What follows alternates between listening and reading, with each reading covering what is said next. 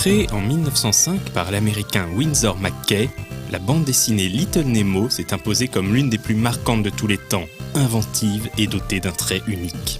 Elle a également fait l'objet de nombreuses adaptations libres. Celle-ci demeure toutefois très rare dans l'univers du jeu vidéo, puisqu'on n'en dénombre que 2. Réalisées par Capcom en 1990, elles sont toutes les deux d'excellente qualité et méritent que l'on y consacre un épisode de Retro & Magic.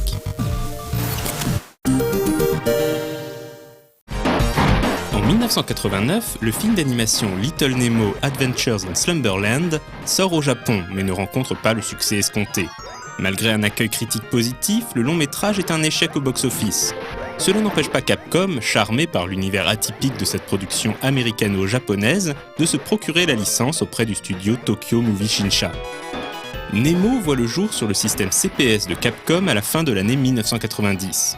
Le jeu met en scène le jeune Nemo dans une aventure à la progression très classique, divisée en 7 stages, se clôturant par un affrontement contre un boss. Haut comme 3 pommes et vêtu d'un pyjama, le héros ne se laisse pas faire et se défend à l'aide d'un sceptre magique. Avec son scrolling horizontal et ses vagues d'ennemis, Nemo n'est pas un modèle d'originalité. Les niveaux sont linéaires et ils sont surtout extrêmement courts. Heureusement, l'intérêt se trouve ailleurs. En plus de son sceptre, Nemo peut ramasser des items cachés dans des coffres. Points bonus, kits de santé et autres power-up ne seront pas de trop pour résister aux vagues incessantes d'ennemis. Le jeu de Capcom est un titre très rythmé qui ne laisse que peu de répit. Les dangers débarquent des 4 coins de l'écran et l'ensemble demande beaucoup de réflexes. En fait, Nemo revient aux fondamentaux du jeu d'action-plateforme, sans s'encombrer d'éléments futiles. Le jeu s'avère particulièrement difficile malgré sa durée de vie réduite. Cela n'empêche pas le joueur de passer un très bon moment, d'autant plus que l'aventure peut être entreprise avec un ami. Dans le mode coopératif, le second joueur incarne Flip, l'acolyte de Nemo. La véritable force du titre réside dans sa variété visuelle. Les décors sont très différents, et on passe pêle-mêle d'une locomotive folle à une virée dans les nuages, en passant par un château lugubre ou des flots prêts à engloutir le héros. Nemo est un voyage graphique, porté par une réalisation absolument superbe. Les sprites sont de taille imposante, avec pour point d'orgue le boss final, et les environnements sont aussi détaillés que colorés. On prend un vrai plaisir à déambuler dans ce monde onirique, mis en musique par la talentueuse Shimomura Yoko.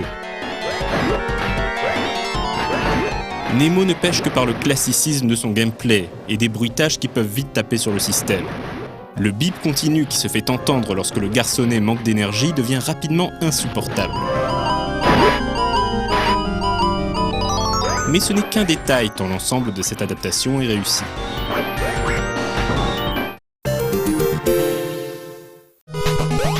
En dépit de sa qualité, la borne d'arcade n'a malheureusement pas été diffusée à grande échelle. Elle est donc restée assez confidentielle en dehors du Japon.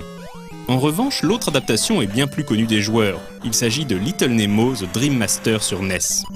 Tout comme son homologue arcade, la cartouche suit la trame du film d'animation de 1989.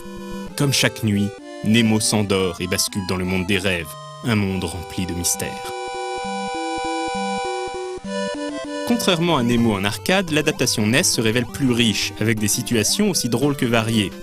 Dans cette version, le garçon n'utilise pas de sceptre durant la majeure partie de l'aventure, et peut juste balancer des bonbons pour immobiliser ses ennemis. Mais le héros en pyjama a d'autres ressources. Il peut se transformer en appâtant les créatures du monde des rêves. Pour cela, il suffit de leur faire avaler quelques friandises avant que ces dernières ne s'endorment.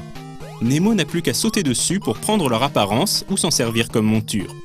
Et le moins que l'on puisse dire, c'est que The Dream Master n'est pas avare en animaux à incarner. Grenouilles, taupes, lézards, poissons, gorilles, guêpes, il y en a pour tous les goûts. Cette richesse se traduit par un gameplay très varié, car chaque animal a ses propres facultés. La taupe peut creuser dans le sol, la grenouille effectue des bonds vertigineux, tandis que le poisson peut se déplacer avec une grande aisance dans l'eau. Pour passer au niveau suivant, le joueur devra débloquer la porte de sortie qui est verrouillée par plusieurs clés, qu'il faut retrouver au sein de chaque stage. Ce Dream Master est donc un jeu d'exploration avant d'être un jeu d'action. Little Nemo sur NES est vraiment très difficile et même vicieux par moments. Vu le challenge proposé par les développeurs, la présence d'items est donc plus que bienvenue. Après une longue aventure, plus longue que son homologue sorti en arcade, Nemo retrouve enfin son sceptre à partir du 8e et ultime niveau. Cette dernière partie est encore plus difficile que les précédents stages. Des boss font leur apparition et il faut vraiment des nerfs d'acier pour en venir à bout, malgré les pouvoirs du sceptre capable d'envoyer des projectiles. En dépit de son challenge très corsé, Little Nemo The Dream Master est tout simplement l'un des meilleurs jeux de plateforme sur NES. Et s'en passer serait une hérésie, même si les cheat codes seront très utiles pour les joueurs les moins patients.